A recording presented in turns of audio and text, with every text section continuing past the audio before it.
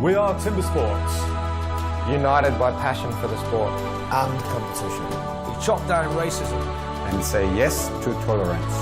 Yes to tolerance. Say ja till tolerans. Yes to tolerance. Yes to tolerance. 是的，理解宽容。 Powiedz tak tolerancji. Ja zu tolerancji.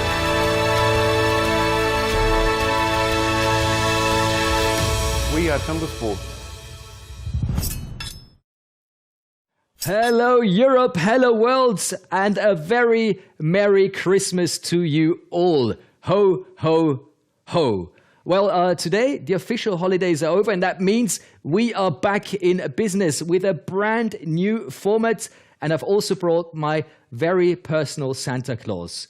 Troy Mannering, welcome to the studio. Oh, Santa Claus? Yeah, I kind of like that. How was Christmas for you, Troy? Very gift-giving, apparently, if I'm Santa Claus. But yeah, it was great. I mean, it was chilled out, relaxed with family, all good. And you brought us a great new present, and that's the Virtual European Championship 2020. Absolutely. Can't wait to rock and roll. And things have changed in the year 2020. We all know that. But some things have maybe even changed to the better. We want to take a look at everything that happened in the year 2020, because you can get that and watch that on demand. But we also have one competition for 2021 already on the 2nd of January. And that's going to be the Virtual European Hot Sauce Challenge, something that I think is also going to be really exciting. And of course, there's some brilliant stuff that you can watch that happened in the year 2020. And actually, if you take a look at this schedule, there were quite a number of events, even though we had COVID-19. And yeah, STIHL Timbersports is definitely alive. Absolutely. I mean, like you say, Marcus, even with the blockades and the restrictions and all of the things that we had to deal with in 2020, we managed to pull off quite a lot of fantastic competitions. You know, we had the Polish National Championships, we had the German National Championships. You know, I mean, giving these athletes an opportunity to compete through this pandemic has really made a big difference in the sport, and probably in also their availability to or be ready to step into it when the competition does come back to an arena somewhere, or, you know, hopefully somewhere near you guys out there. So cross your fingers for that. But in the meantime, the virtual is the way to go, and it's working pretty well so far. Absolutely. We had the Virtual Australian Championships in November, and they were a great success. And today, on the 27th of December, we've got the Virtual European Championships. And how this format works, well, you'll hear and see everything about it now.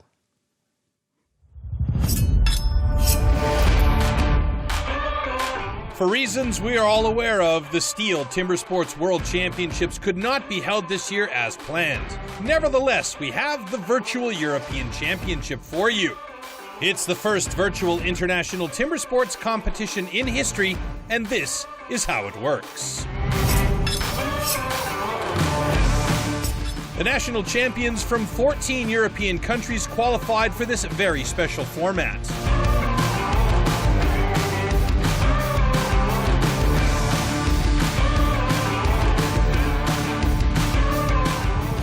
They competed remotely from 14 different locations in their respective home countries all around Europe.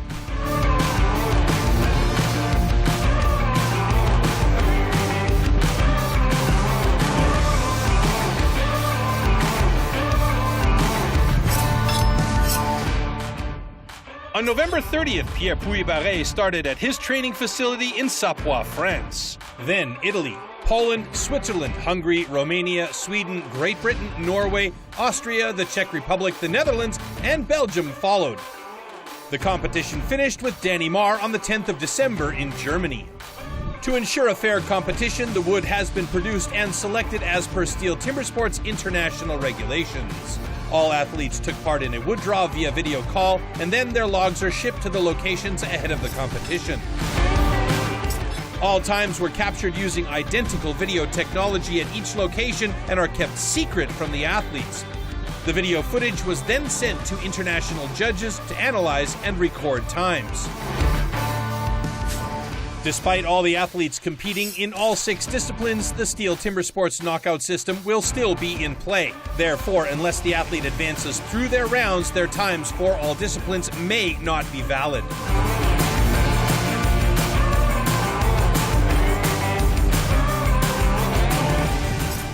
For round 1, all 14 athletes' times are valid for the first 3 disciplines: underhand chop, stock saw, and standing block chop. Points are awarded in each discipline at 1-point increments. 1 point for 12th place, up to 12 points for first place. The 13th and 14th place athletes receive 0 points. At the end of round 1, the bottom 6 athletes are eliminated from the competition. Only the top 8 athletes' times will be valid for the single buck and springboard.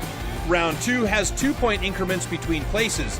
At the end of the round, we lose 2 more athletes, leaving 6 for round 3, the hot saw final.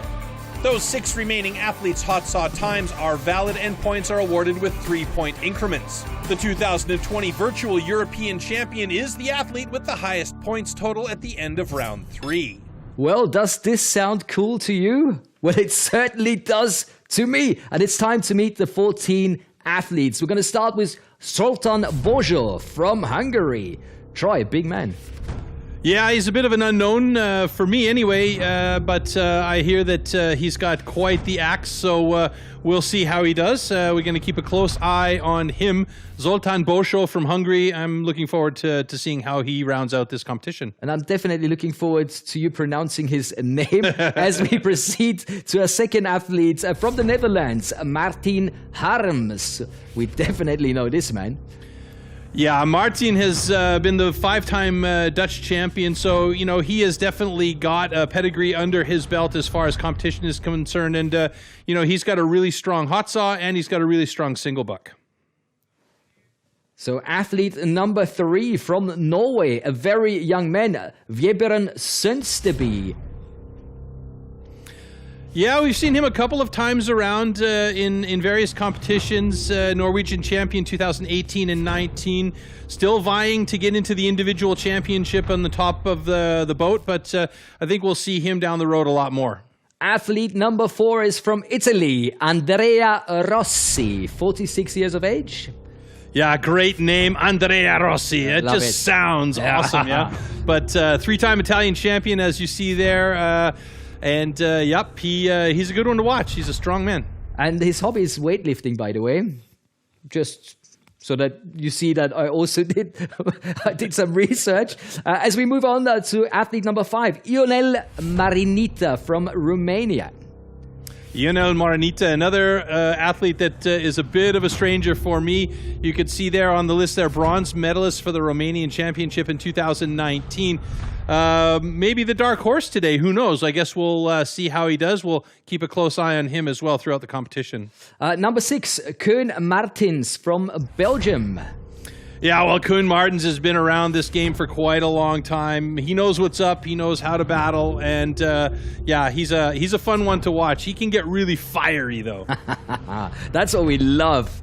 As we move on to Pierre Puyberet, who is our 7th athlete, talking about people who like to get on fire. He definitely is one of those, and he wants to get up on the podium for the first time. He's just missed out.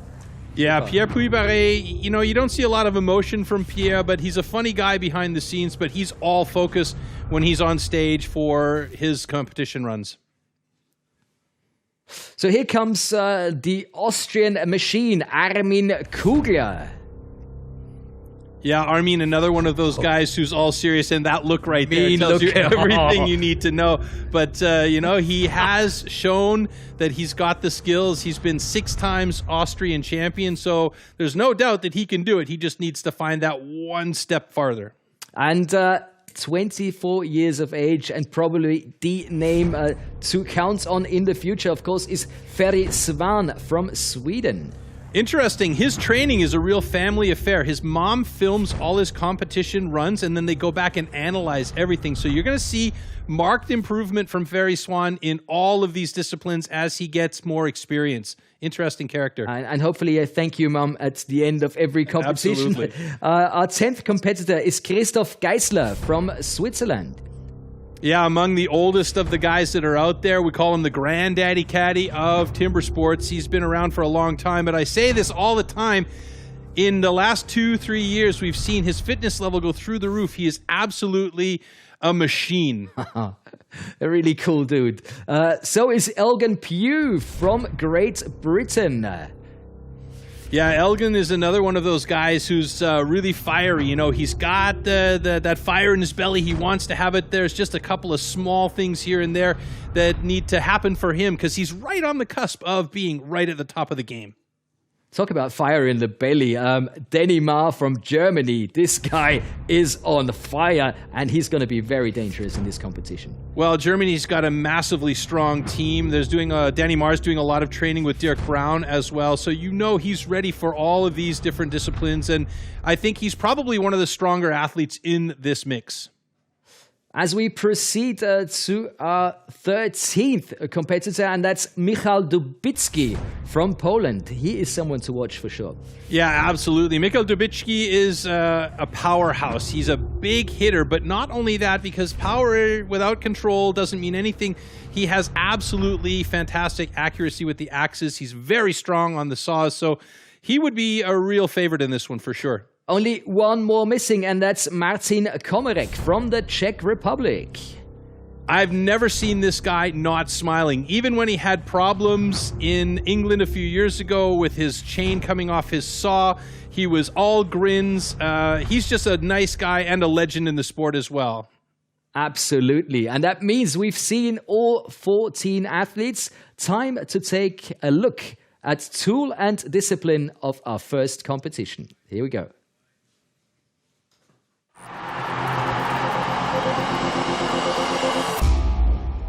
The axes used in timber sports definitely can't be bought at your local hardware store.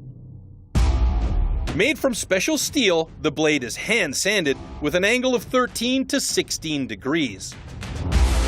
It's custom built and carefully adjusted for each competition. The weight is around 3 kilos and it's about 80 centimeters long. The blade is so sharp that you could shave with it. Underhand chop. In the past, the underhand chop technique was used to split logs. Standing on a horizontally anchored block, the athletes cut through a 32 centimeter log. The block has to be worked from both sides.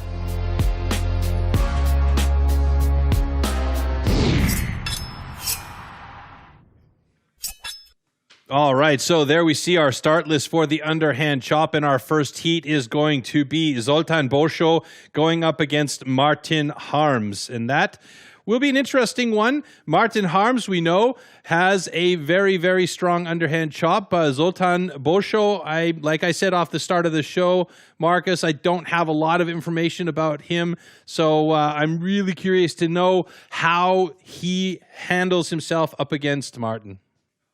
STIHL Timbersport,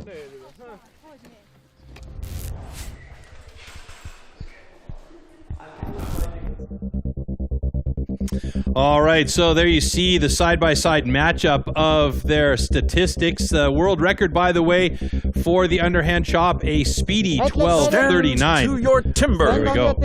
3, 2, 1, go! All right, left-hand side of your screen, Zoltán Bosó, Martin Harms on the right-hand side of your screen. And as you saw in the description, they have to cut through the log from both sides, so that means moving around. And Zoltán Bosó has already done that. Martin Harms stepping around just after Zoltán has done that. And Zoltán Bosó has a distinct advantage at this point as he started on the backside of his log a little bit faster than Martin did. Let's see who gets through first as the time winds up here. And it's going to be Zoltán Bosó at 26:74 and a 27:37 for Martin Harms. You can see here Martin Harms working that axe very well. Nice speed of the axe, but he gets a big stick right there. And every time you see that happen, you have to know these guys work really hard to get it back out of the block, and that takes a lot of energy.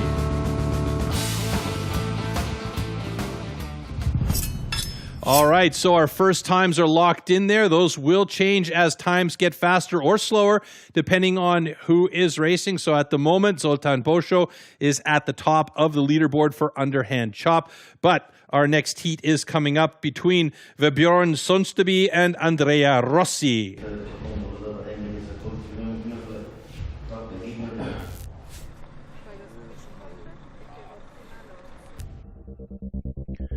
So on the right-hand side, 46-year-old Andrea Rossi looking like he's in his 30s, and he's fit like that as well. And he's going to need it going up against a 24-year-old Vebjørn Sønsteby. 3, 2, 1, go! Here we go, and they are working it. Big slabs coming off of both of these blocks already.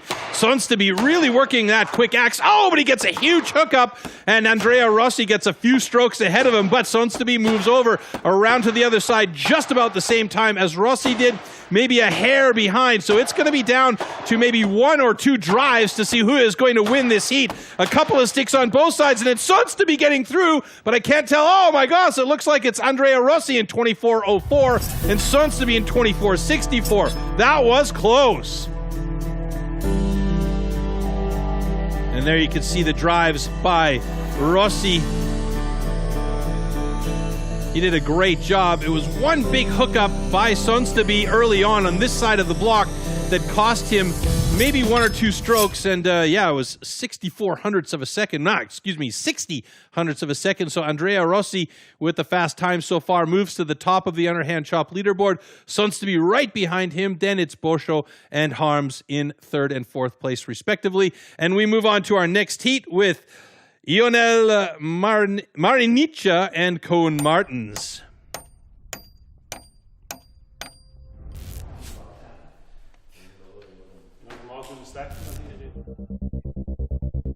So there we see the side-by-side matchup of these two, and as you see, there's not a whole lot of data for Marinica. Koen Martens, on the other hand, watch his axe head speed on the right-hand side of your screen. 3, 2, 1, go! You can see quick hits by Martens. Marinica going for the big power blows, but he's very accurate with that axe. Koen Martens already moved over to the other side. We should see a good time for the Belgian. Marinica working hard to try and get through. Martens with a fantastic time of 16.73. Marinica trying to find that groove, but he has really got a lot to go and finally gets it done in 25.20, but a great time by Koen Martens with a 16.73. And that's what I was talking about, that quick axe speed by Koen Martens. And there we see Marinica, a couple of big drives where he gets that axe caught in too deep. Accuracy was great, though, and that final drive right there to finally split it. Meanwhile, Koen Martens just using all that experience, a quick hop to the other side, and he drove through very quickly in just over 16 seconds, and he's happy. And there you see a 7.5 second almost difference between Koen Martens and Andrea Rossi in 1st and 2nd place. Marinica sits down in 4th place now.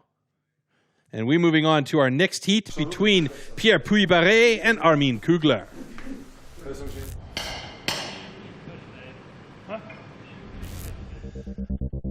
Now, well, looking at these two, I could quote the Joker and say, why so serious? But these guys are really focused about their job here, and they want to do as quick cuts as they possibly can. This should be a great heat. 1, go!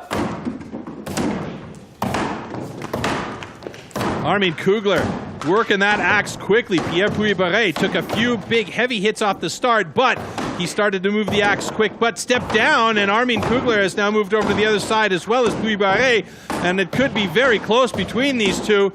Both of them are power hitters. Both of them have plenty of experience, and it's Kugler in 21.96, Puy-Barré in 24.50.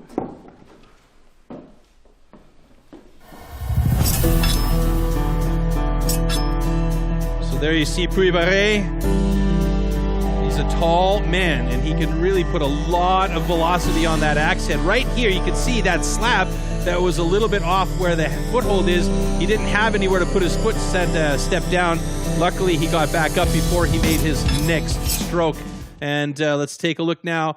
So Armin Kugler moves into second place, gaining 11 points. Puy-Barret slips into fourth place after that heat. So Koen Martin still with the fastest time of the day, the time to beat, just ahead of Kugler, and then Rossi in third place as we move on to Ferry Swan and Christoph Geisler.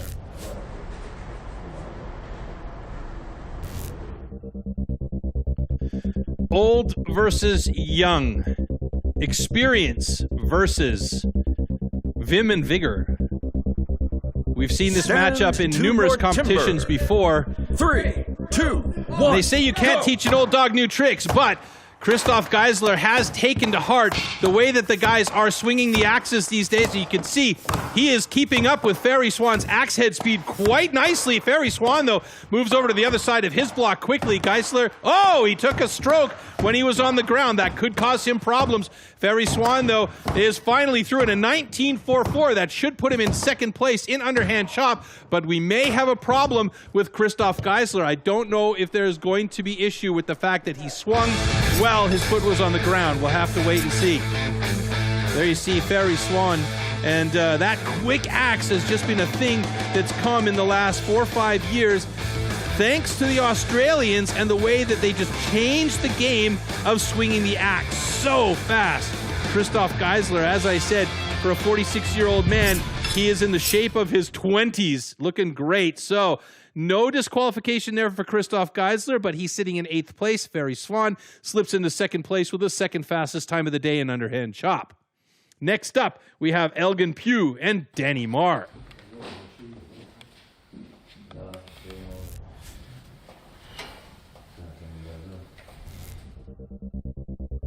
Danny Marr on the right-hand side of your screen, one of the most well-rounded timber sport athletes in the world at the moment. Elgin Pugh needing to find just that little edge. Let's see how he does here against Danny. 1, go! And both of these guys swinging at a good frequency. Danny Marr with a little stick there, but he got it back out fairly quickly. Elgin Pugh doing well to keep up with him. They both switch over to the other side quite at the same time.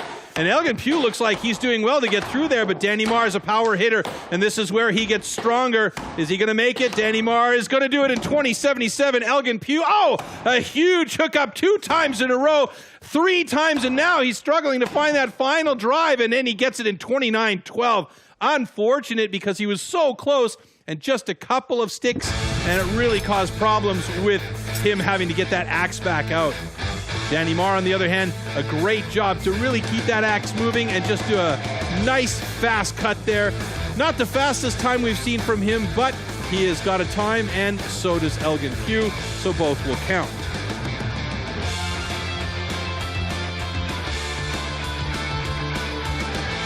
And you can see there, huge axe stick, not once, not twice, but 3 times to finally get through. And that's a face of disappointment. So let's take a look at the rankings here in underhand chop. Danny Marr is in 3rd place with the 3rd fastest time. Elgin Pugh, a 29.12. That's an unfortunate time for the Brit, and he'll want to come back in the other disciplines to try and gain back some points. And we have one more heat with Mika Dubicki going up against Martin Komarek.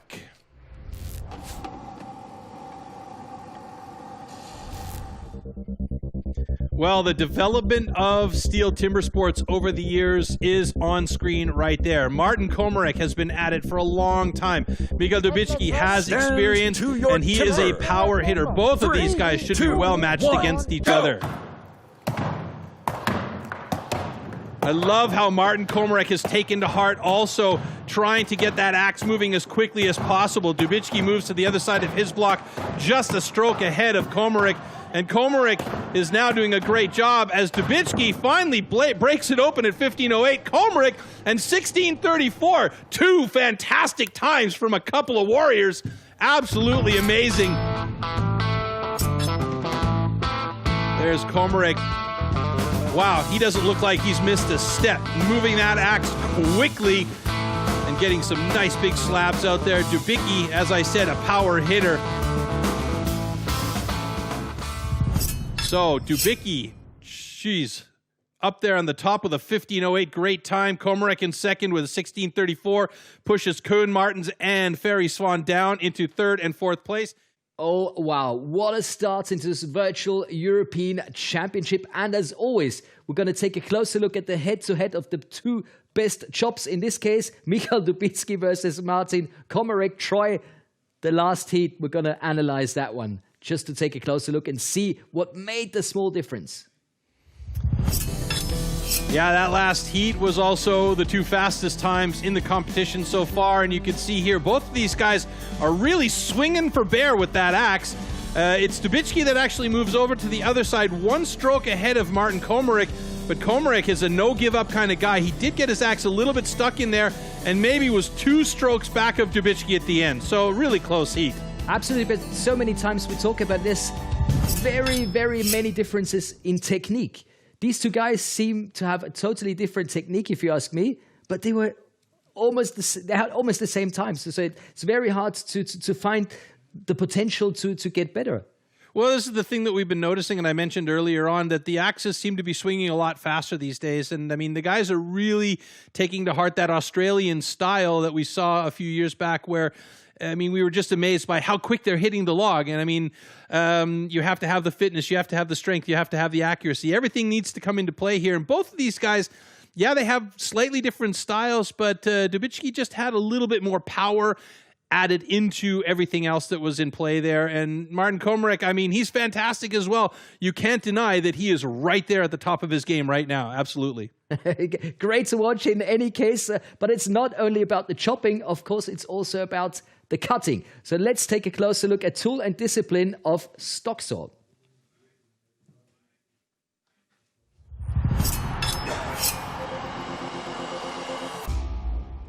The STIHL MS661CM stock saw is used in STIHL Timbersports as the ultimate test of operator skill.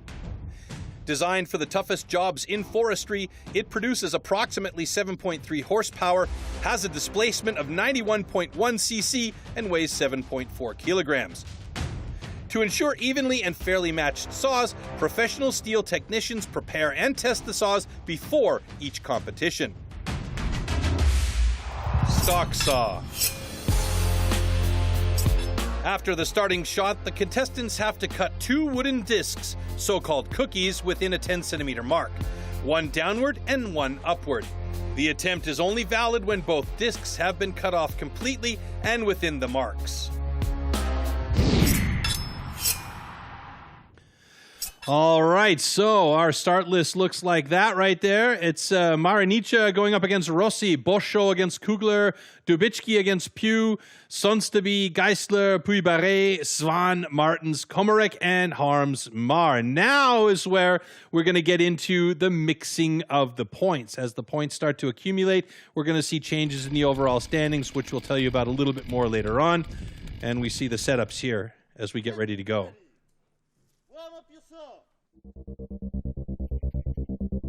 So again, our mystery guest today, Marinicha, going up against Andrea Rossi, although he does have a very good personal best in the stock saw. 3, 2, 1, go!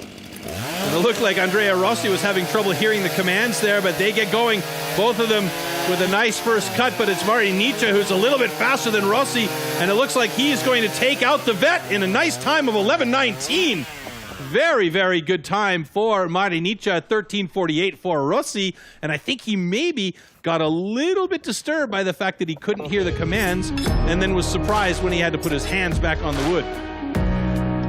Marinicha with a great start, and as they say, thin to win. That first cookie is super thin, as is Rossi's. And I think maybe Rossi had just a little bit too much pressure on that saw to slow the chain down. The second cookie was a massive one for Marinicha, though. All right, so the first points are locked and loaded in stock saw, and we're going to move on to our next heat with Zoltán Boscho going up against Armin Kugler. And there's a quick look at how that's going to shift in the overall standings as well. You're going to see that a lot more, and we'll explain how that works as we move through the heats.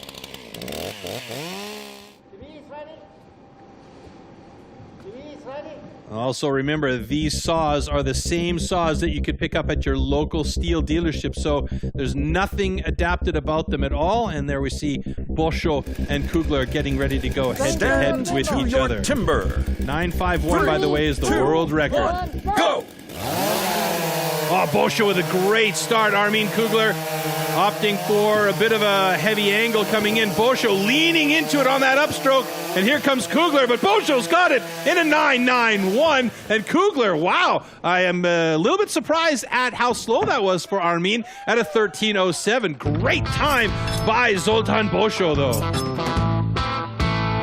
Taking a look at Armin Kugler here as he opts to keep the motor of the saw more or less in the same position. And Boscho, watch what happens here when he steps into this. He steps up and forward and really works the angle of that saw. So a good time by Boscho puts him in the lead by a bullet, almost 1.5 seconds faster than Marinicha, and Kugler with a 13.07 sits in third place. Let's see how that affects the overall time here, or the overall points.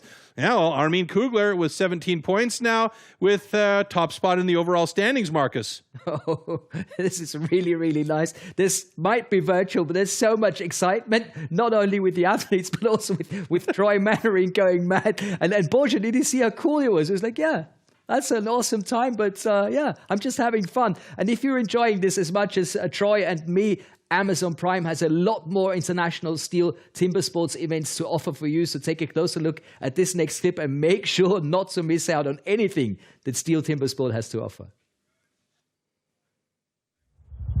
Oh my God, how close is this? It's one of the closest heats we've had all day long, and it's Australia! When the crowd start, erupting, screaming, shouting, it just really does give you goosebumps. It's pretty awesome to compete in front of a crowd like this. I've been working my ass off the last 5 years to get to this point. Is it going to be the checker moment? Yes, it is! And the crowd goes bananas! He moves on, then goes down. He's looking good! It might make some people nervous. It doesn't make me nervous. It makes me ready to go. To come here to the World Championships is one of my dreams. It has been ever since as a kid.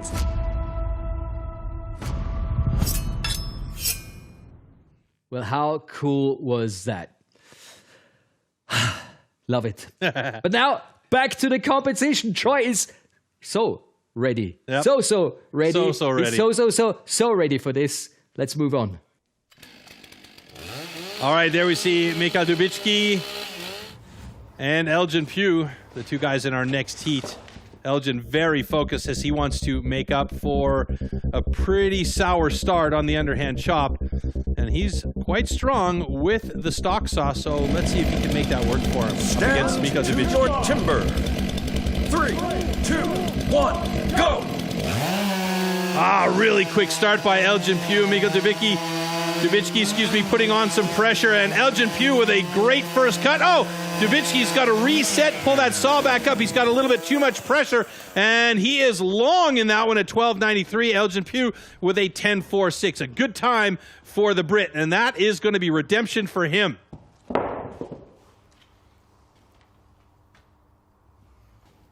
Tense moments here while they check to make sure everything is okay. Unfortunately, we have a disqualification. Oh, no! A disqualification for Elgin Pugh. All right, so you see two clean cuts, although Michal Dubicki had to reset right there. I think he put a little bit too much pressure on that blade, felt it slow down. And here, it's the first cut from Elgin Pugh was no problem, but right on the second cut, he had a really wide entry into the block, and I think he had that angle that was okay at the top, but he got in at the bottom on that red line that you see on the block. Hence, we have the DQ, and that is a disappointing second discipline for him. So there we see our results so far in stock saw. Boscho still on top with a 9.91. Dubicki with a 12.93 sitting in third. Elgin Pugh at the bottom of the current rankings and stock saw with a DQ. And as we take a look at the overall standings, like he is at the outside of the screen because in 14th place with almost no points at this time.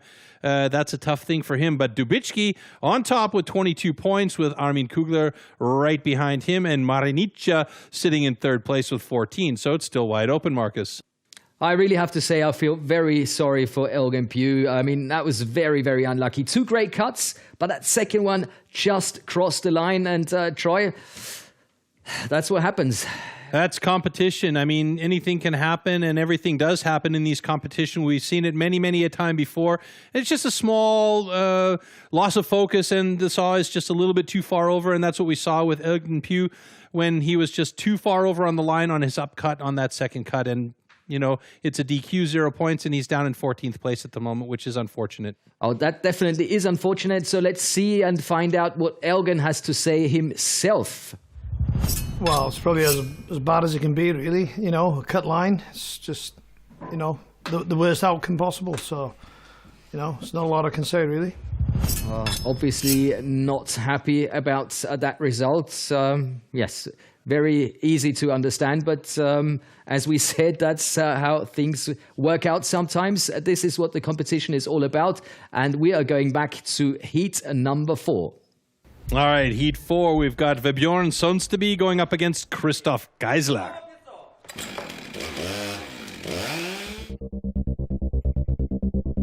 So we can see good comparison between these two guys. More or less the same in stature, but age is a big difference. Christoph Geisler being 46 and Vebjorn just 24. 3, 2, 1, go! Oh, look at that style, though. Very similar on that first cut. Oh, this is going to be a close one.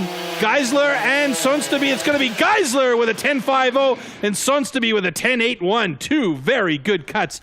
And that was about as close as you can get to style, positioning, and speed in a head-to-head heat. That was amazing. Look at this. Geisler gets in. If we could get a head-to-head with these guys again, you could see their position is almost identical. There you see Sundsteby takes a quick step in to reposition on that upstroke. Geisler, just a small angle up there, and he was just a hair quicker than Sundsteby. And now we take a look at the timing here. 2 good times for those guys. They're sitting in 2nd and 3rd, respectively.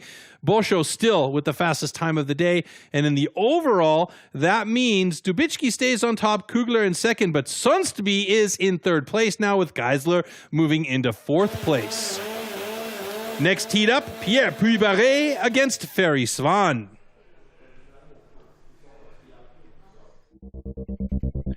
As far as stature is concerned, these guys couldn't be any more different. Pierre Puy-Barré, 110 kilos, 1.90 m tall. Ferry Swan, 86 kilos, 1.75 m. You know, a little guy against a big guy. Good start, though, by Ferry Swan as he's got a good first cut, just slightly ahead of Puy-Barré. And he's got it in a 10.11 and Puy-Barré in 11.02. Wow, nicely done by Ferry Swan. He's got a real touch for how much pressure to put on that saw. Let's take a look back at the slow-mo here. Nice entry in with a good thin disc. Wasn't paper thin, but it was thin enough to make it easier for that saw to travel through that block. Puy-Barré also a good one, and there's the upstroke and the winning cut from Ferry Swan. So Ferry Swan with a 10.11. Look at the top guys there in 2nd, 3rd, and 4th place. It's 10.11, 10.50, 10.81. Puy-Barré in 5th with an 11.02, not far off the pace. And Ferry Swan now moves into the top of the rankings, just ahead of Dubicki, Sundsteby, and Puy-Barré, now in 4th place. And we move on to our next heat, heat number 6, between Koen Martens and Martin Komarek.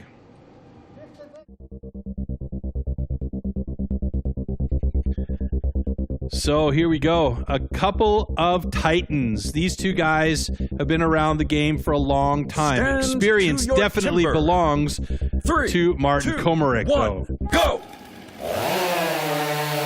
Very, very nice start from both of them. Koen Martens with a faster downstroke. Is he going to be able to keep that pace? He is, and a 9.95 for Koen Martens. Had a bit of an angle on the way up, and it's 11.40 for Martin Komarek.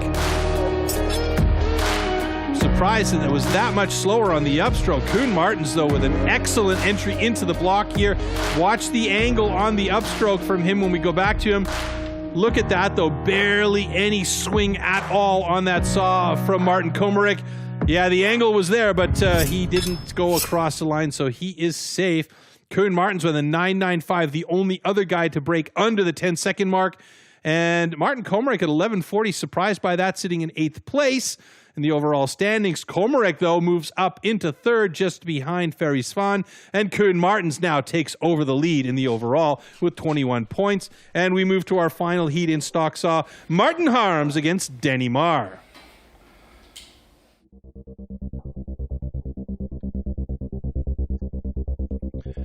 Tail of the tape here.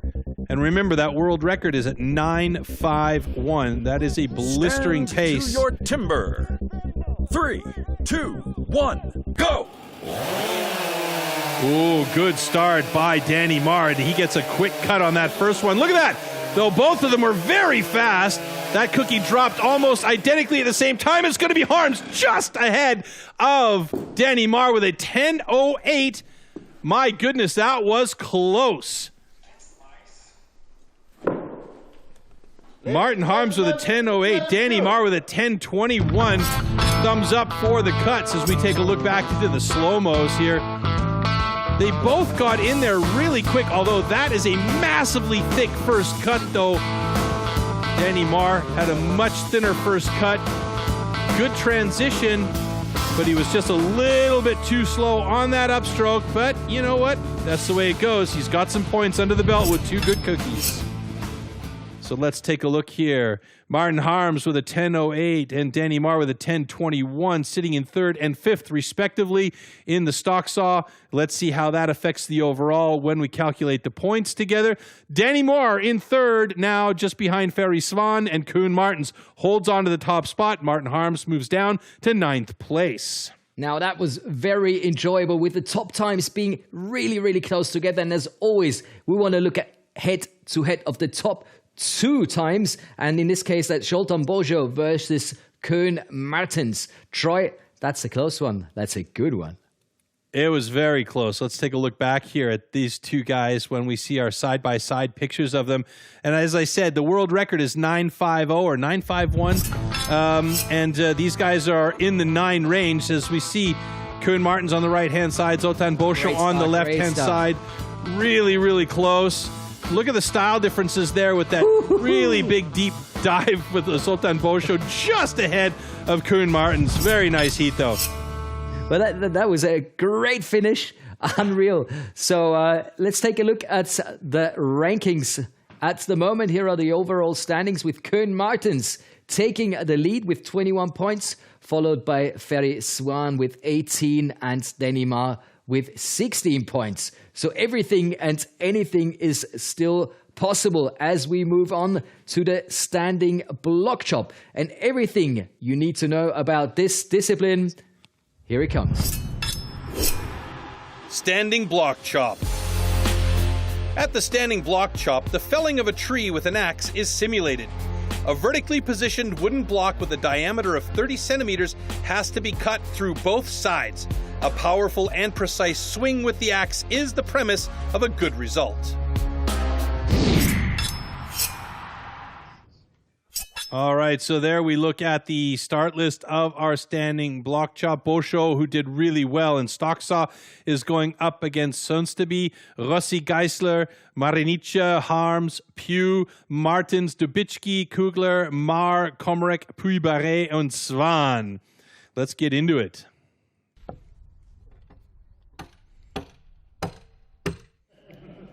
Zoltán Bozsó checking his log with a quick taste test to see if maybe it's the right log for him. And Vebjorn Sundsteby, stand to your ready timber. to go. 3, 2, 1, go! This is an important discipline for these guys now because, oh, a huge skip by Bosho as that axe flew away from him. He needs to restart as Sonsteby is looking very good. As I was saying, an important discipline because the last points in round one can be accumulated with the standing block chop to get you into round number 2. Now, Bosho had a huge axe skip, and that caused him big problems as he had to step back and restart everything. And one more drive from Sonsteby will do it at 24:51.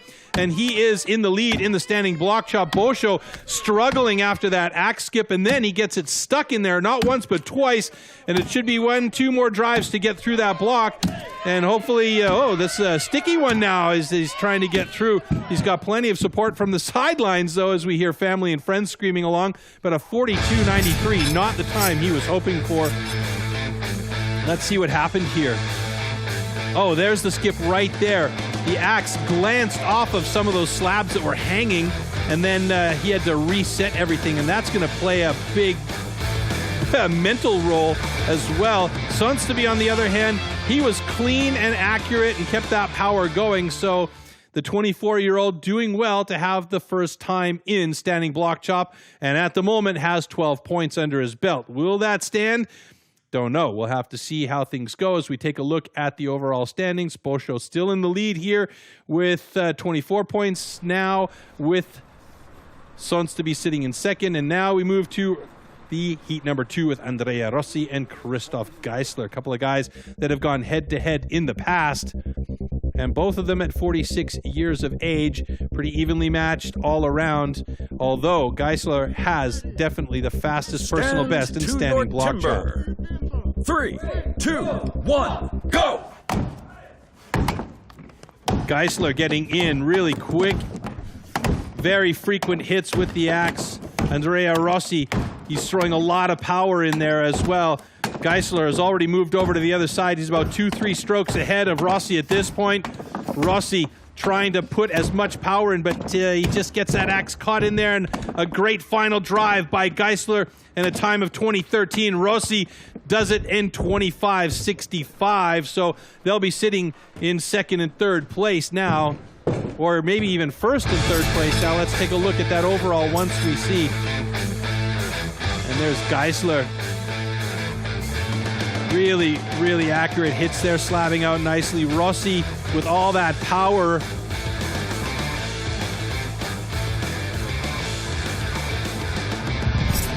Final drive for Christoph Geisler. So Geisler in first place now with a 20:13, and Rossi in third, yes, with a 25:65, and that will change the overall standings slightly. Bosho still in the lead with 22 points here. Geisler in second place now.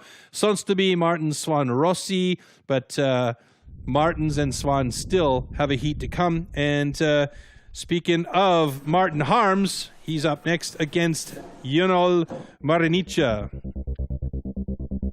So far, I've been really impressed with this guy, Marinicha. I mean, dark horse, you could definitely say that for sure. He's been a lot of fun to watch. He's put the axe and saw into every ounce of effort and made it work well for him. So Martin Harms and Ionel Marinicha.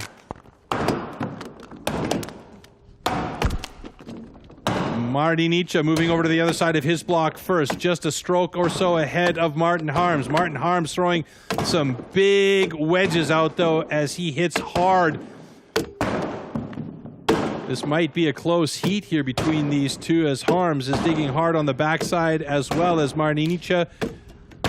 And Harms does it in 33:17, although he did move around to the backside after Marinicha, and Marinicha gets it in a 37:78. And a little shake of the head from Martin Harms says, yeah, that wasn't a satisfying chop for me. Marinicha, on the other hand here, he had a great start, moved over quickly, but just wasn't quite fast enough on the backside of his block.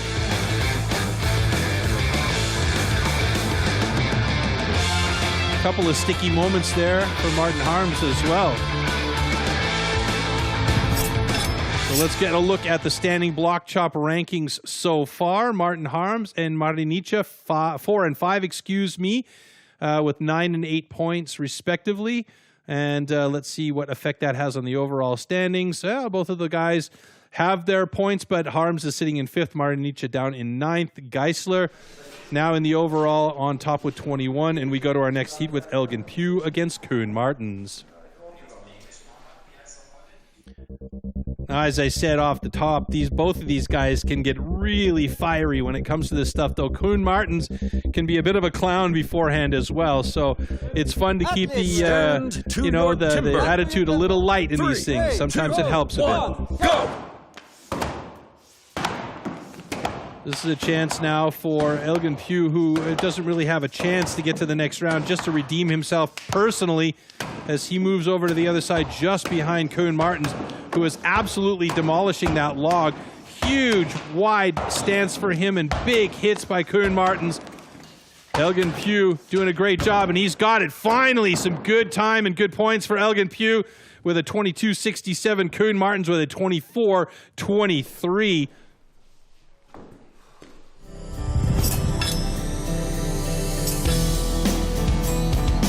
There we see Koen Martens. Big slabs coming off for him. Elgin Pugh. There's a nice chunk for him as well. So this was a bit of a redeemer for Elgin, although you could see he's still not 100% happy with everything. So look at that, the second fastest time for Elgin Pugh, and that tells you everything you need to know about the guy. He's definitely got the skills. It's just a little bit of bad luck from time to time. And now he is sitting in 12th place, with Koen Martens moving into the top spot with 31 points after the third discipline in round 1. And we move on to heat number 5 with Michael Dubicki and Armin Kugler. All right, and again, the world record time for the standing block chop is 11.03 seconds. Stand to your timber. 3, 2, 1, go! And look at Michael Dubicki go. He has got a quick axe. Armin Kugler throwing a lot of power in there. They both move over to the other side at around the same time. Armin Kugler maybe a hair behind Michael Dubicki. Oh my goodness, a great time by Michael Dubicki with a 15.98. Kugler got a couple of sticks there, and he could have had it down a little bit earlier, but he's at 23.40 now, 48. So he is sitting in 4th place in the standing block chop. Michael Dubicki, though, just hammering away at this block. Quick axe, using all of his immense power. Armin Kugler, he's a tall guy with long legs, so he really has the opportunity to use that big, wide stance to really swing through his hips. So Kugler with a 23.48 sitting in 4th now. Dubicki with the fastest time of the day by 4.15 seconds moves into the lead in the standing block chop and the overall standings. He slips up into 2nd place with Koen Martens still holding down the top spot. Armin Kugler in 5th. And Danny Marr up now against Martin Komarek.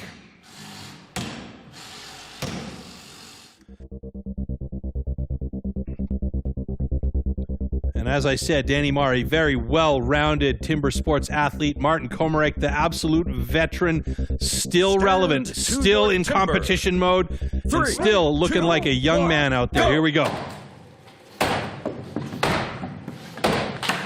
Komarek so powerful and accurate with his hits. And look at that, moving over to the other side really quickly. Danny Marr digging a little bit deeper on his first side. Komarek just making short work of this, though. Danny Marr's got a lot of power behind him, though. Can he catch up to Komarek, who had a big stick right there? And Danny Marr's going to do it in 21.12, and Komarek in 21.47. Oh, my goodness. How close was that one? Another very, very tight heat at the end. Komarek moved over to the other side, not going so deep on the first part of his cut. And Danny Marr opted to go a bit deeper, and that could have been the difference maker for him as he got through and just a little bit faster than Komarek did.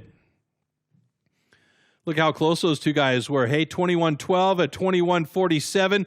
Not that much difference, and they are sitting 3rd and 4th in standing block chop. And with the overall, Koen Martens with a solid 27 points still in the lead. Dubicki in 2nd. Danny Marr, though, moves into 3rd with Martin Komarek in 4th. And our final heat in standing block and in round 1, Pierre Puy-Barré going up against Ferry Swan. Ferry Swan really strong in this discipline, but Pierre Pouillet-Barré, this is one of his favorites. Stand to your timber. 3, 2, 1, go! That log is shaking from the huge hits that Pouillet-Barré is giving it, and on the other side, Ferry Swan has moved over already. Pouillet-Barré joining him, though, and Ferry Swan is looking good. He's got that one down in a good time, 16:27. Pouillet-Barré in 17:97. The two other fast times on the day below the 20 mark. Fantastic job by both.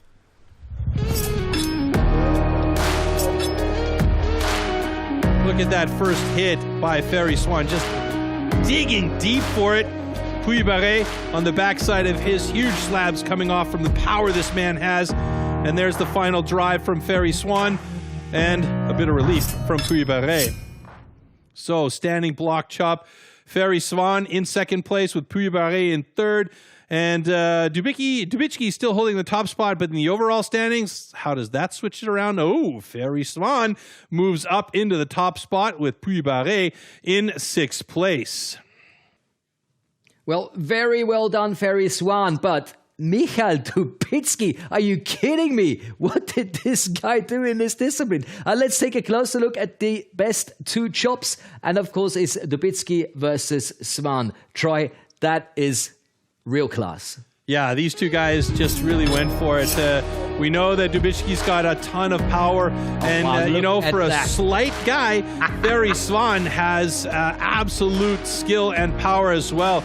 You can see those legs are long. They go all the way to his ears, and he's using that to his advantage to really put a lot of power behind his hits. Dubicki just slightly faster than Swan, but a solid comparison between those two. Oh, I really enjoyed that. So let's take a closer look at the overall standing now. So it's Ferry Swan with 29 right on top. Michael Dubicki right behind him with 26. And Koen Martens also in reaching distance with 25 points. Denny Maar 24 points. So this could go anywhere. Absolutely exciting. Really enjoying this new format. And as we are halfway through, ladies and gents, it's not only always good to look into the future, but every now and then maybe it's time to take a look at the past. And in this case, let's find out more about the roots of the original extreme sport. Enjoy what's coming up now. A woodsman who can cut down a tree more easily than most people can chop one up. When it really comes to tackling large lumps, you can't beat the men of the forestry companies. An axeman's gathering.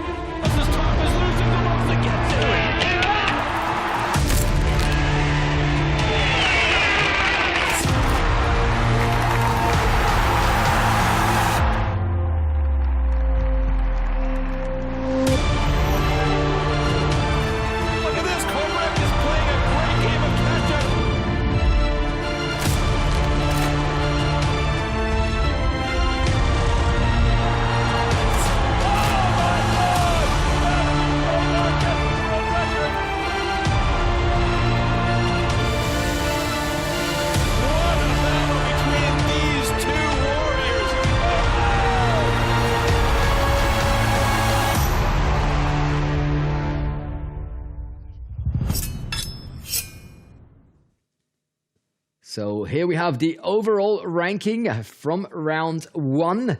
And as we all know, only 8 athletes are going to make it to the second round. And that's these 8 men.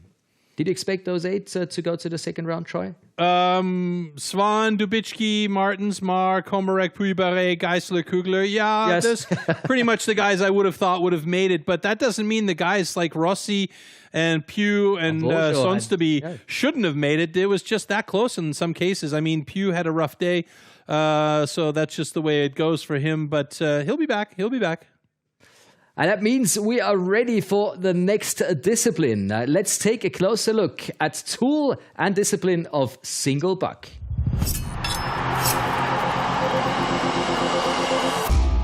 The 2-meter-long cross-cut saw used for the single buck discipline is made especially for competition. A series of consistently patterned 10-centimeter-long teeth are cut with a laser on one side of the saw and then hand-sharpened. Saw teeth are divided into 2 types: cutters, and rakers, just like on the old school saws.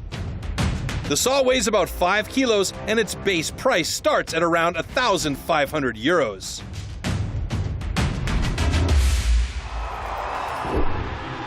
Single buck.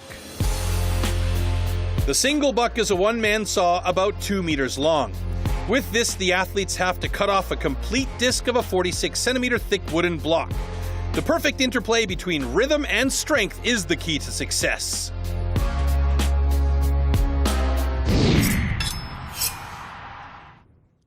All right, taking a look at our start list, we've got Kugler going up against Geisler as a heat we've seen many a time in the past. Puy-Barré and Komarek battling against each other.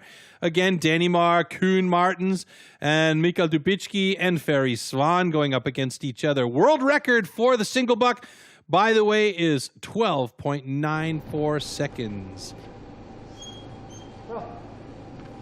You could see that massively long saw.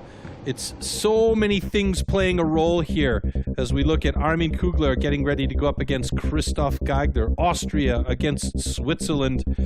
And yeah, like I was saying, a lot of things that have to happen with this saw to make it work really well. Too much of an angle, it'll get hooked up. Too little of an angle and you're not cutting properly. Use too little of the saw, you're not cutting efficiently. And these two guys are looking really good. Armin Kugler on the left-hand side of your screen. Long strokes from him. Christoph Geisler on the right. It looks like, oh, how close is that? These have been some close heats all day long with all of the other disciplines. And another one hits the deck with a 13.61 for Armin Kugler and a 13.77 for Christoph Geisler. And you can see here, that saw, he is using the entire length of that blade to really get a super efficient cut. Armin Kugler, the same thing. The saw completely disappears behind that cookie, and then that final stroke to put it on the deck. And now you can see the points are increasing in round two. Top number of points is 16, and that belongs to Armin Kugler at the moment. All right, in the overall ranking, that means Geisler moves into the top spot just ahead of Armin Kugler, and our next heat is getting ready to go. Pierre Puy-Barré against Martin Komarek. Now, this is a discipline that both of these guys are very, very good at.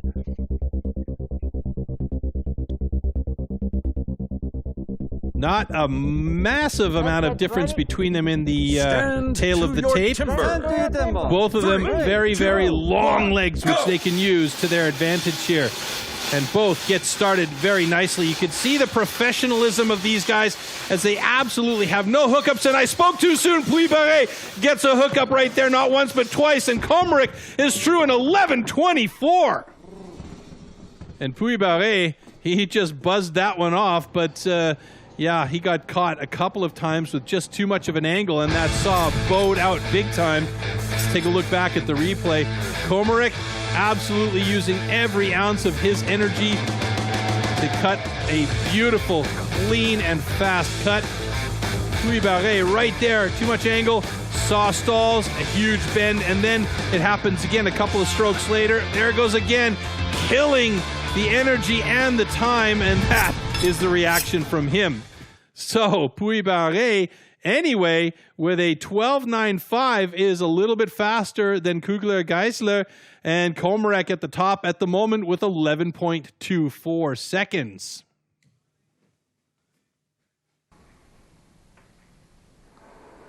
All right, next up we've got Danny Marr and Kuhn Martens. Kuhn Martens likes this discipline. He's very good at it. Danny Marr, as I was saying, a really well-rounded athlete in timber sports, but this is not his favorite discipline. Stand to your timber. 3, 2, 1, go! Now we could see here the different styles. Danny Marr opting for shorter strokes but faster. Kuhn Martens, on the other hand, using a lot more of the blade.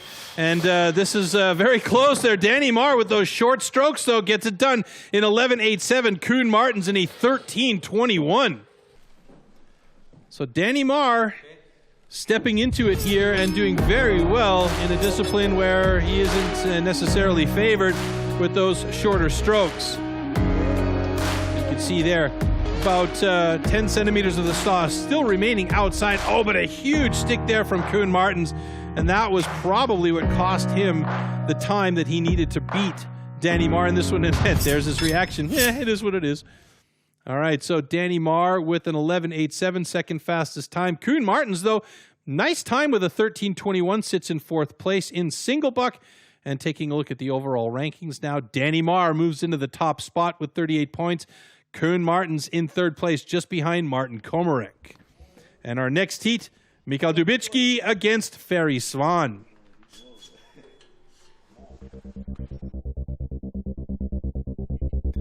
And there you can see Mikael Dubicki, 188 centimeters, 1.88 m, 115 kilograms.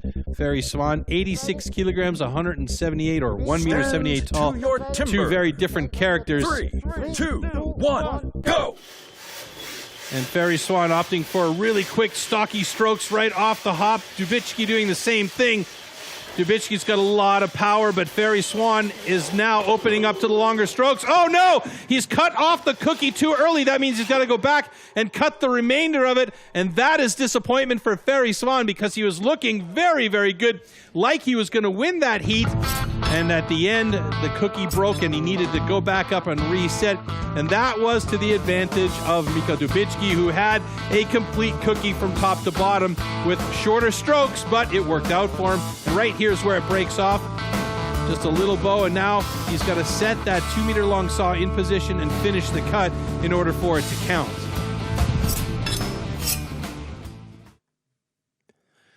So Ferry Swan does get it done, but in a 15.41, so he's at the bottom of the bucket here in single buck with Mikael Dubicki in third place with a 12.73. Looking at the overall now, Dubicki moves back into the top spot, tied for first place with Danny Marr, and a couple of titans getting ready to go at it with each other.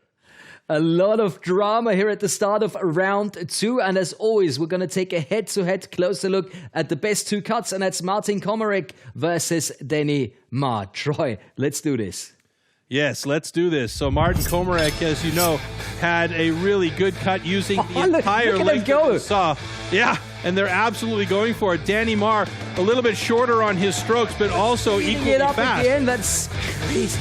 And that's not much difference between those two guys, only a couple hundredths of a second, so you can see it's really, really close. You kept saying Komarek is fit like in his 20s. Yeah. Obviously he is. This yeah, absolutely. There's no doubt about it. And he is loved by the people in the Czech Republic. I can understand why. Always smiling, and we see the overall standings here just before springboard. Dubicki on top, Marr, then Komarek, Martens, and Ferry Swan rounding out the top 5. Oh, wow. Very close together, and that means it's time to tell everybody everything about the discipline springboard. Here it comes. Springboard. Springboard simulates the traditional way of felling trees, climbing up over thick roots. First, notches known as pockets are chopped into the log.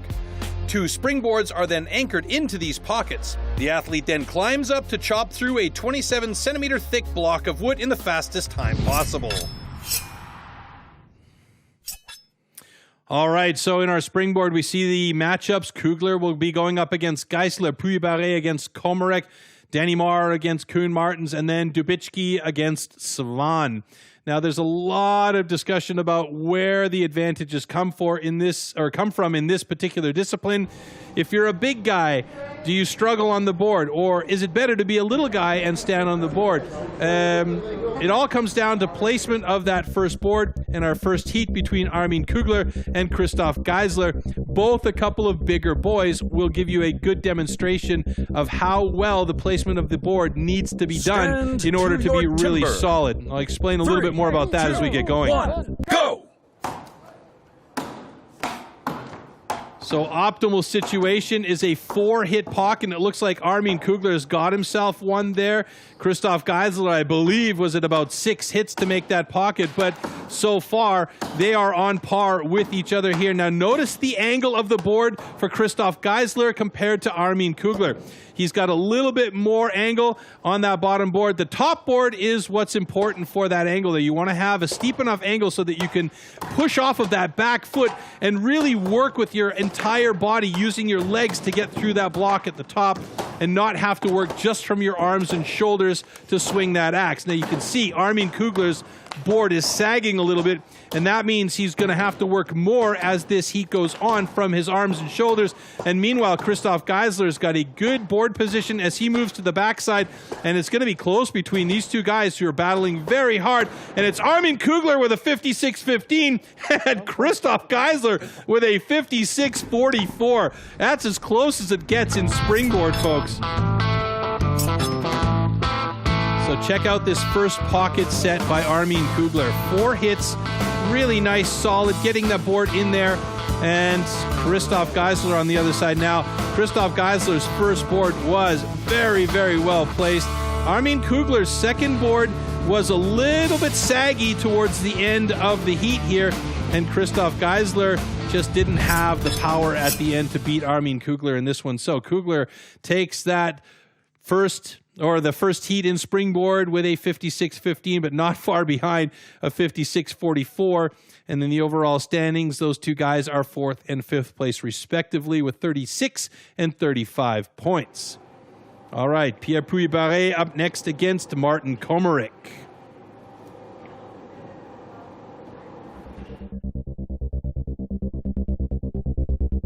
So again, the tale of the tape, not really massive differences between these two guys, except for the personal best. Martin Komarek has a faster personal best than Puy-Barré, so the advantage could be with the Czech. A good 4-hit pocket for Komarek, and Puy-Barré has to go back in with the axe just to do some cleaning, and Komarek is already getting his second pocket set. And that one looks like I don't know if it was 4 or 5 hits there. I wasn't quite sure about that because I was paying attention to what Puy-Barré was doing. But Komarek is on top with a good angle on his board in a solid position. Oh no, Puy-Barré has a little bit of a sag on his board. You could really see that board sagging under his weight. And now he's going to have to use his arms and shoulders more than he would be able to use with his legs in the mix as well, and his hips putting some power into it. And Komarek definitely has the advantage here with a 45-65. Good time by Komarek. Puy-Barré struggling, and that's going to make him really tired, not being able to push off of that back leg and twist those hips to get the power into the hits that he really needs. And look at that board. It's sagging so badly. I'm afraid the thing looks like it's going to fall out of there. Hopefully it doesn't. A few more hits should do it for Puy-Barré, but he's well past the 1-minute mark, and that is not going to bode well for his overall standings here, as the springboard is the final discipline before we move over to round 3 in the hot saw. He finishes in a 119.70, and he is going to be disappointed by that, because he's definitely done better than that before. So here is that 4-hit pocket from Martin Komarek. Fantastic. And then Puy-Barré notices something there, grabs the axe back down and cleans it out a bit. That was the first problem. I think he might have second-guessed himself a bit, but he had a chunk that he needed to get out of there. Martin Komarek, though, up on top and just no holds barred, started working that top block, and look at that smile. Right on. Good job by Martin Komarek with the fastest time so far in springboard.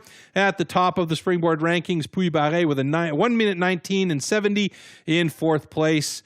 And that means in the overall standings, unsurprisingly, Puy-Barré will move into 2nd place, but that's not going to hold up very long unless the other guys' times are absolutely dismal. Next up, Danny Marr up against Koen Martens.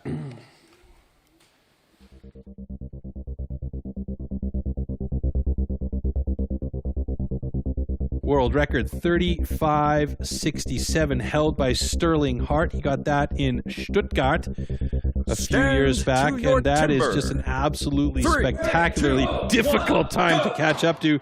But here we go, Danny Marr, Koen Martens.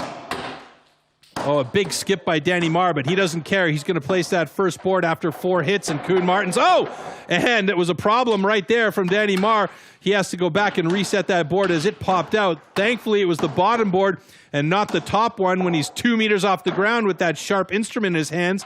And now he's got himself a solid board, but hopefully that won't mess around with his headspace too much. Koen Martens, meanwhile, has set his second pocket and board in place, and now is starting working on the top block.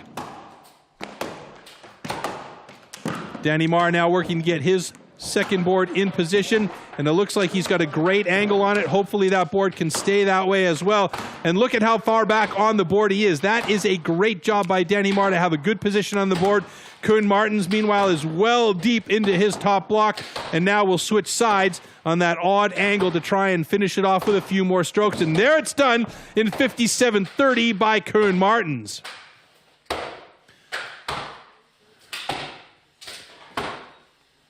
And Danny Marr now passing the 1 minute mark, struggling on that first side. The problem here for him was that first board wasn't set properly, and he has to cut through from the backside, but the block fell off, so he's got to do at least one cut to make it fair. And that's an unfortunate time for Danny Marr at what? Oh, wait a minute now. They might not allow that, in fact. Cut from one side.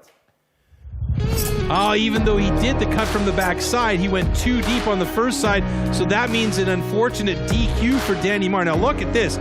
Imagine the axe was in your hand and you're 2 meters above. That's what's so dangerous about this discipline. And there, Danny Marr just had too much power and only cut from one side, and the rule says you have to cut from both sides of the log. So Koen Martens, good position up there, did a great job and managed to bring that down in a 57.30. So taking a look at the springboard rankings there, Koen Martens in 4th place, Danny Marr with a DQ in 5th place with 1 heat to go. And as we take a quick look at the overall standings, that means Koen Martens moves into 2nd place behind Martin Komarek, and Danny Marr will have to live with his existing 38 points. Oh, wow, what a heat. And I just love watching Koen Martens. He's got so much style. But Danny Marr, what happened? Danny, was war los? Ja, Springboard ist nicht so gelaufen, wie ich es mir vorgestellt hätte. Ich habe auf der ersten Seite 2 Schläge zu viel investiert und somit ist der Block abgebrochen. Und Block muss von beiden Seiten durchtrennt werden, deswegen die Q und auch keine Chance, denke ich, auf die Otzer. Well, it's more or less what Troy said. He just said he invested 2 strokes too many on one side, and therefore... Yeah, you got to cut from both sides. I mean, otherwise it's not a legal cut. And I mean, he tried to get it on the backside, but it just wasn't enough. And cutting off a toothpick size of wood off the top of that is not going to get you your fair block. Strength? Absolutely, he did. He went too deep, and I think he just. I mean, in some happens terms, to me a lot it would of be times, like yeah. a bit of a lucky block, but in this case, it was an unlucky block. Yeah, it just broke off in a big slab too soon. Know the feeling. Absolutely know the feeling.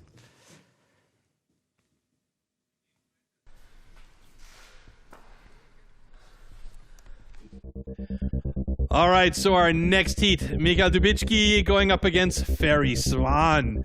And again, it's Goliath. What is it again? David and Goliath. Thank you. I've been struggling to find that name the whole day.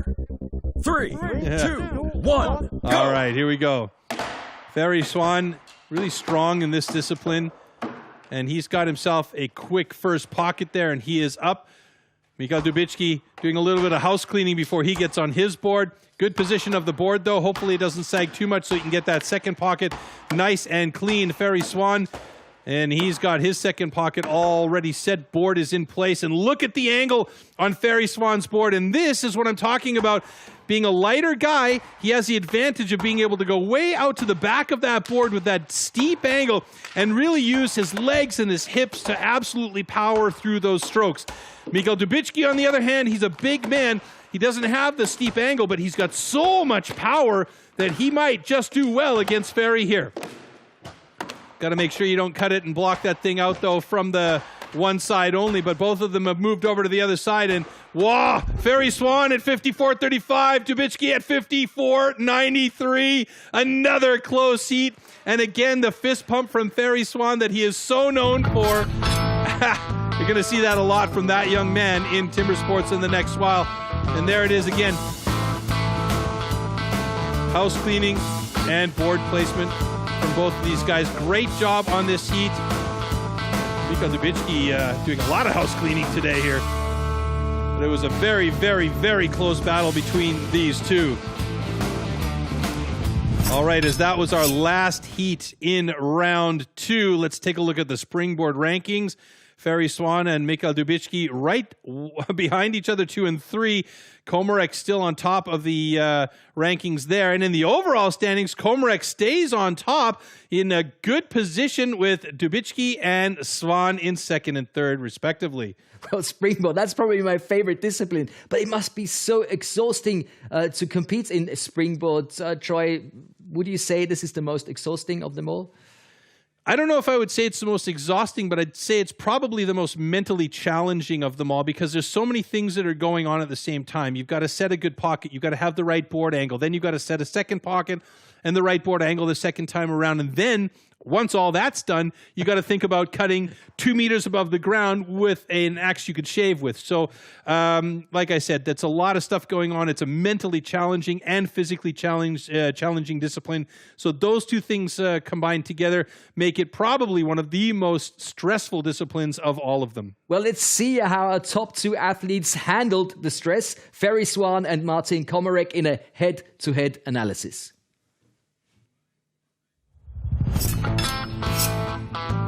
It's interesting that we're looking at these two guys here too as well. I mean, one of the older statesmen of the sport and one of the new young guys that's going to be an absolute legend down the road. He's already created a massive name for himself, and you can see the two of them are just so good with setting those pockets. The experience of Martin Komarek and those really quick pockets gets him up on top before Ferry Swan, But look at the angle on that board. I mentioned that right off the hop when Ferry Swan got onto that top board. He's got a huge amount of angle on that springboard, and now he can really utilize his hips and his leg to twist and put power into that stroke. Now, Martin Komarek's angle isn't that much, but he's still got enough, and he switches over to the other side here a little bit earlier than Ferry Swan did, and you can see the difference in the hits there. Martin Komarek with the faster time, but Ferry Swan not that far behind him. And it's a really, really nice set of battles that we're going to see down the road. If Martin Komarek keeps going the way he's going, and Ferry Swan, we know, is definitely improving from event to event. So after the first and second rounds, the overall standings look like this, with Martin Komarek on top with 53, Mikhail Dubicki in second with 50, and Ferry Swan, as we've said, the young man from Sweden, is just rock and roll in timber sports, sitting in 3rd place with 45 points. Koen Martens and Danny Marr rounding out the top 5 in the overall standings. Unreal. Martin Komarek, this one goes out to you. I can't believe how this man is competing. Absolutely unreal. And if you want to see some more absolutely amazing STIHL Timber Sports events on demand, well, take a look at this schedule. We've got some coming up for you. This is what happened in the year 2020. And we've got something very special for you coming up on the 2nd of January. And that's the first competition of the year 2021. It's a brand new competition. It's called the Virtual European Hot Saw Challenge. Something that we are very excited about, Troy, and very much looking forward to. Yeah, it's going to be a new set of, or a new way of doing a discipline, so I'm really looking forward to that too, because, you know, for all you gas heads out there, it's going to be a perfect event, yeah? Yeah, I feel manly just thinking about it. That's going to be a great start into the new year. And of course, now we have only one more discipline left, and that is the hot saw. And as you all know, this is where it happens. This is the maker or the breaker. Bam. This is the one. Looking at the individual competition, most of the time it's the hot saw that makes the difference. Yeah, probably the most important event, but yeah, also the most frustrating. These saws are so incredibly powerful and dangerous. Usually the hot saw is the slider. Stand to timber. Hot saw. Hot saw. I just can't describe to you when we're out there under pressure. Saw starts well, first disc looks solid, cut is good. You know, you're always ending the competition on a hot saw, so you know where you're going to be at when you finish. So you're either at a real big high or just is what it is. Nice clean cuts, easy and relaxed. Der Hot Saw ist für mich die geilste Disziplin der Welt. 5, 6, 8, Robert after, 3 on the deck. Once the competition comes, anything can happen. Oh no, a false start by Sterling Hart. What a disaster. Yeah, it was a disappointment for me. Happens though, it's part of competing. I saw there's 3 good discs there, but then let that nose come right up underneath the crossover line. Fortunately, a disqualification. It all relies on the hot saw. If you have bad luck or if you did wrong, it's sport. Just, oh my goodness. What an absolute disaster. The chain came off. I was not disappointed because everybody see that I can be with the guys in front. Yeah, it's the make or break event, you know. I think you love and you hate it. Try to make 3 good cuts and no disqualification. The hot saw is where it's all one, so that's the best event. Well, Troy, let's take a closer look at the overall standing after the first 2 rounds. In round 3, of course, everybody will go all by themselves. Yeah, the hot saw is generally alone on stage, but because the virtual championships that we're having this year, I mean, these guys were all alone in their individual training areas, so it's going to be a little bit different, but typically we see them alone on stage, and we've only got 6 guys going into the hot saw competition that have a chance to take this first virtual European championship home. So there's still everything wide open, and it's anybody's game with a very finicky discipline in the hot saw. So the 6 final heats coming up in just a moment. But before that, we want to take a closer look at the saws and, of course, how the discipline works. Enjoy.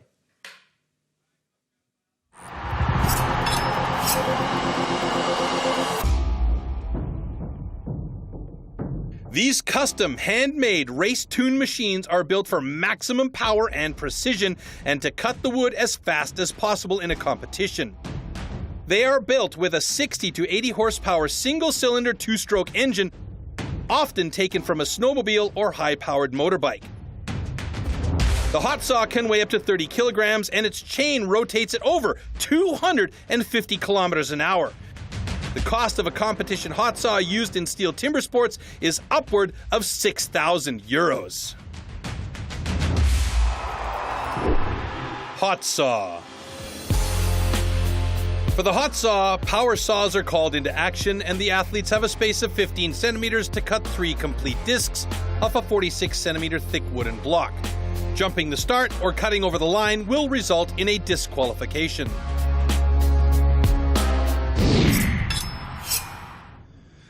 All right, so there you see, it's no head-to-heads anymore. It's just individuals on stage with Puy-Barré, Martins, Svan, Dubicki, and Komarek all getting their chance to take the hot saw home. World record, 5.20 seconds held by Dirk Brown. He got that back in 2016 at the German Championships, and our first athlete will be Pierre Puy-Barré. His personal best is a very, very peppy 6.32. Let's see if he can match or better that time here today.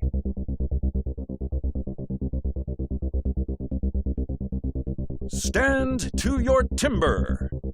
3, 2, 1, go!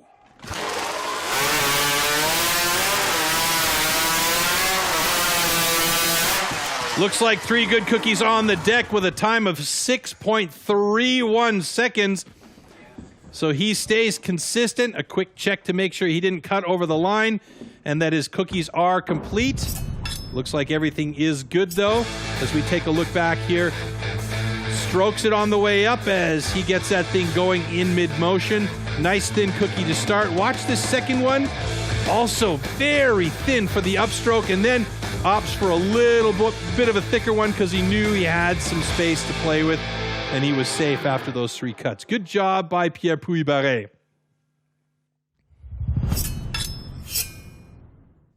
All right, so first points are awarded, and you can see the top spot is earning 18 points in this discipline, and that means that Pierre Puy-Barré will be in second place in the overall standings here, with Martin Komarek holding down 53, still in the lead, and our next athlete on deck is Danny Marr. Now you can see his personal best time, 5.70. He trains a lot with Dirk Brown, the guy who holds the world record. And I'm sure Dirk's giving him tips, but he's probably not telling him everything he needs to know to take a new world record home. But we might get there one day. But Danny Marr definitely tops in this 3, discipline. 2, 1, go! Oh, a little bit of a delay on the upstroke and another real kick there on the downstroke, and he's got a 6.58. Nowhere near his best time. He's almost at the 7-second mark there.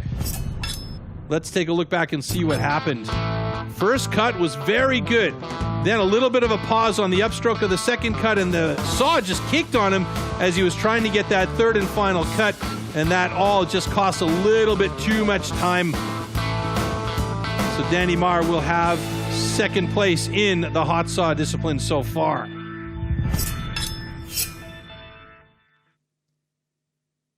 Yeah, there you go. Second place in hot saw, 6.58, 27 hundredths of a second off pace for the moment, but it means he's got 53 points, tied for the top spot with Martin Komarek. Next up, Koen Martens.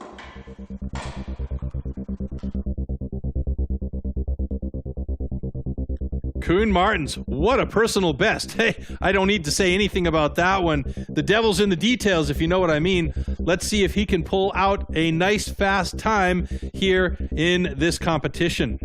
Stand to your timber. 3, 2, 1, go! A little bit of a pause on his first cut, and he's got himself a good time. 6.12. Should be a personal best, but wait a minute. He got a heavy angle on that down cut. Did he go over the line? Let's take a look again here.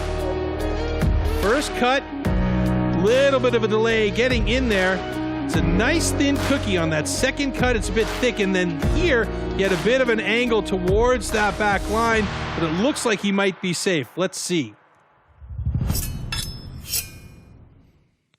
Yes. Koen Martens with a 6.12 at a new personal best for him and 18 points. So he is leading in hot saw for the moment.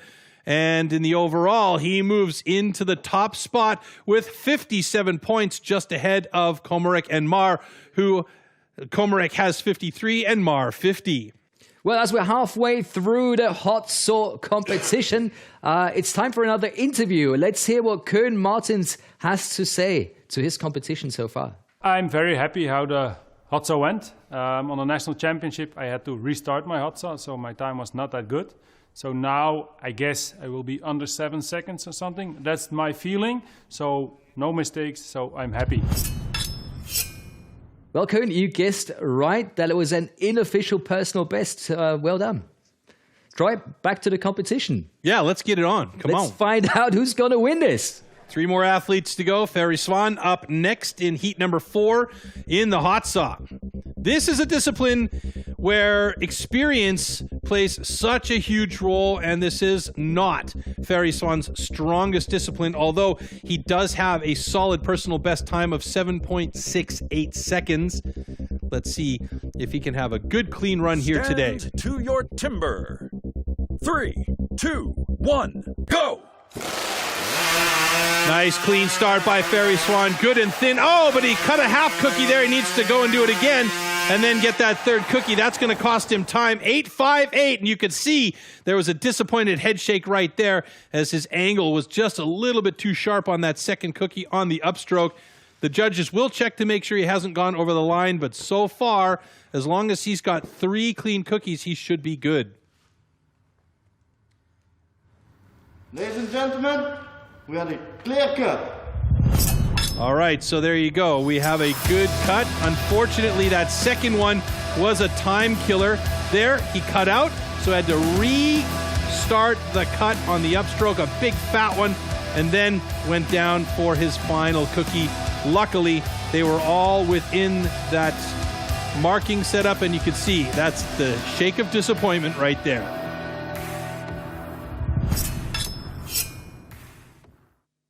So Ferry Swan with an 8.58 in hot saw, 9 points added to his overall score, moves into second place, pushing Komarek and Marr down. And we still have, Komarek hasn't even competed yet, so that should be interesting as Mikael Dubicki is getting ready for his hot saw. Last 2 guys here. So Mikael Dubicki, not the strongest hot saw competitor at 8.73, a personal best for him. But, as we've said, he's been training hard. making sure that he is fit and ready to go. Could this be his day? Let's find out. Stand to your timber. 3, 2, 1, go!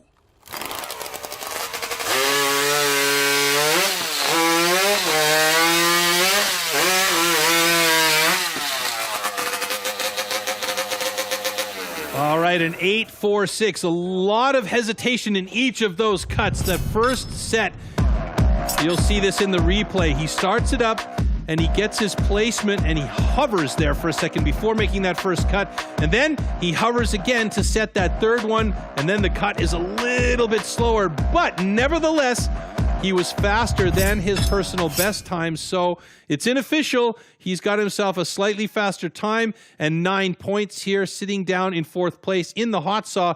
And that means he should go into the top spot. He does, in the top spot of the overall standings with 59 points. So there's only one athlete still to come, and that is Martin Komarek.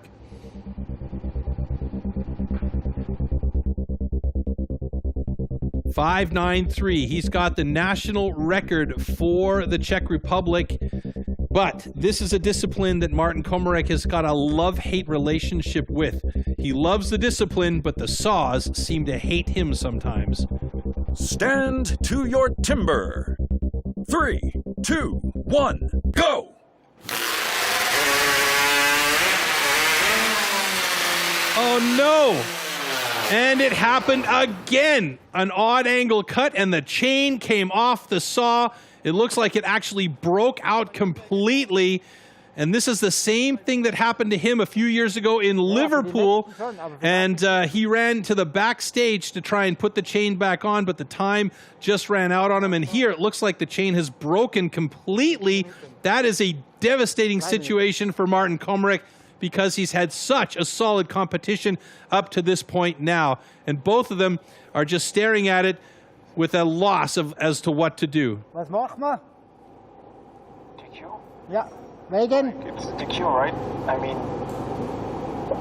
he's going to run out of time. And snap the chain and can't put one on. That's what it'll be. Yeah. And you can hear in the background on the radio Spike Milton, the director of sports for STIHL Timbersports, is discussing it with the judges there. This cut is Q because of time limit.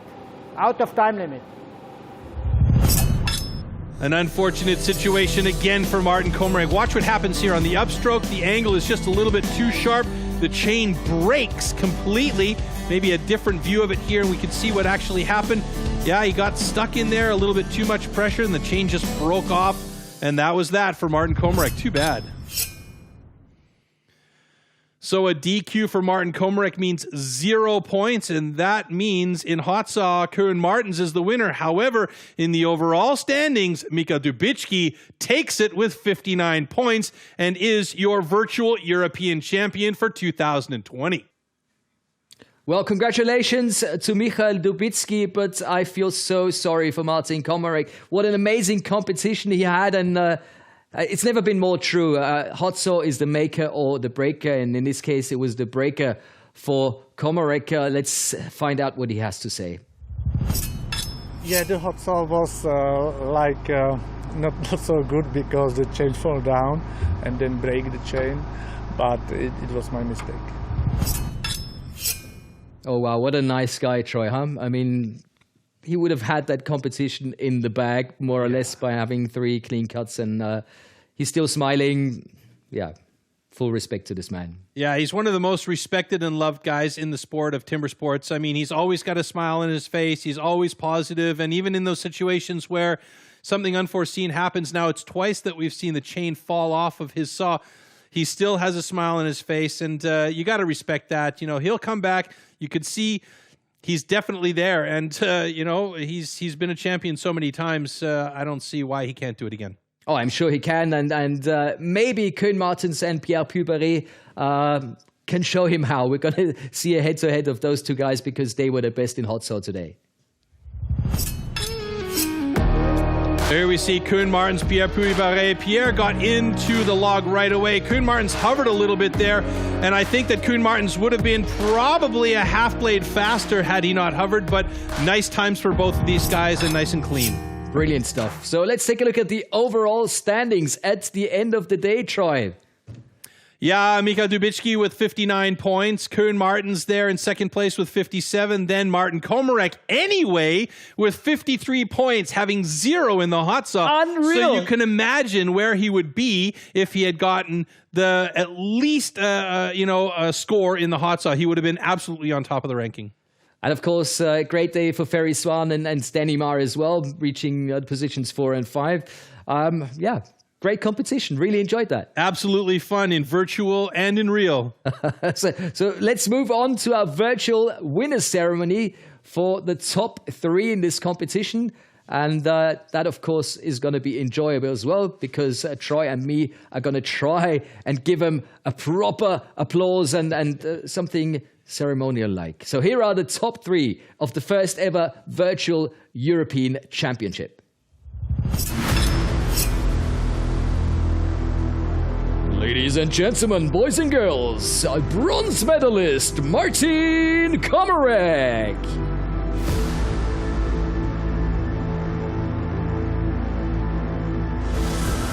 Well, what a great competition he had, Troy.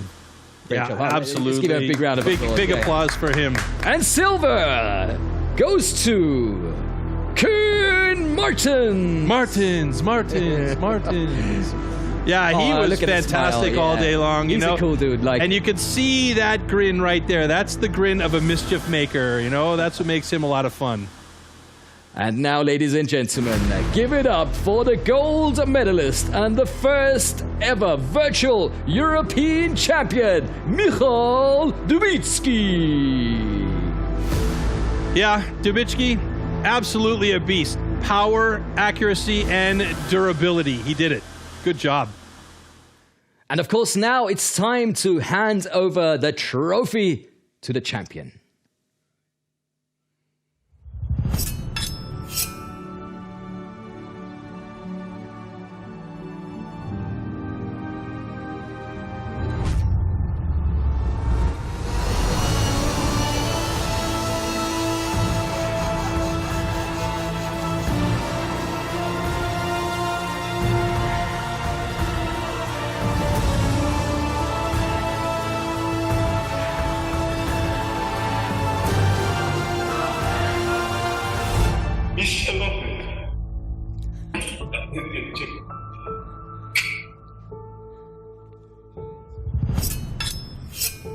Well, to be honest, I didn't understand a word that Michal was saying, but he seemed very happy, and I'm very happy too, because I've got Michal on the phone now.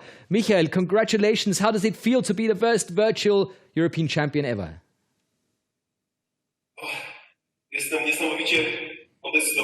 Yeah, I'm very, very excited. This message that I have become the new European champion, the first virtual European champion, is so wonderful. It's an amazing feeling. I'm a bit overwhelmed, but I'm also so happy.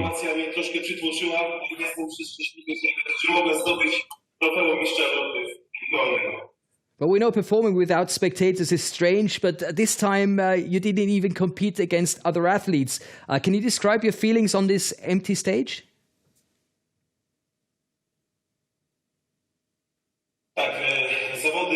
Yes, the competitions were in isolation. I tried not to think about it and not to analyze it.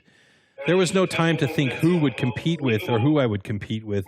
Before the start of each discipline, I concentrated on my own start. I prepared individually, concentrated mentally to achieve the best possible time. Of course, the lack of the other athletes and spectators was felt and caused a lack of adrenaline for me, but as you see, it worked out pretty well.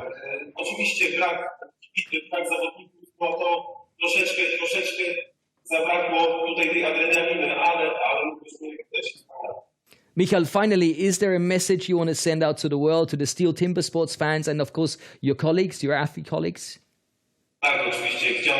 Yes, of course. I'd like to greet all of my friends and the athletes and, of course, the fans. And I'd like to wish you in the coming new year, first of all, a lot of health and happiness. So greetings from Michal Dubicki, the European champion. Well, thanks very much, Michal, and congratulations again. Oh, wow, the first virtual European championship. It's been absolutely amazing. I had a great time. I hope you had one too, Troy. I had a ball. It's fun. I mean, I always enjoy doing the timber sports, and I mean, these guys showed absolute class and skill, and made it more exciting as well. Under the circumstances, we have to give them all big congratulations because it was a lot of fun. And of course, only a few more days until the next competition, the first virtual European Hot Saw Challenge coming up on the 2nd of January. Hopefully you're going to be there as well. It's time for us to say goodbye. Until then, stay safe, stay healthy. And here are the pictures of the day. Here are your highlights. Good night. Bye-bye. Ciao da.